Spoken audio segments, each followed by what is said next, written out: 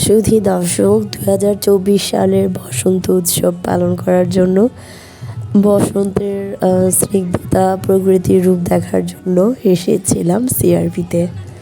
আপনারা দেখছেন এখানে অনেক মানুষ এসেছে, সবাই হলুদ শাড়ি পরে এসেছে। আমিও হলুদে ওড়না দিয়ে এসেছি প্রকৃতির সাথে নিজেকে অনন্যভাবে তুলে ধরার জন্যে।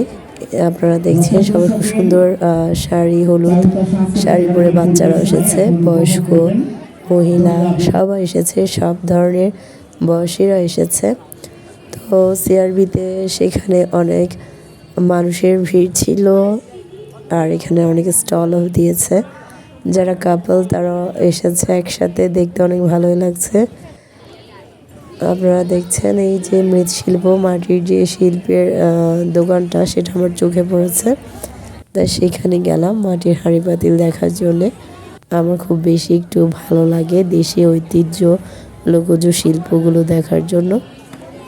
তো সিআরবি সেদিন অন্য ধরনের এক আনুষ্ঠানিকতার রূপ নেয়। ধন্যবাদ সবাইকে।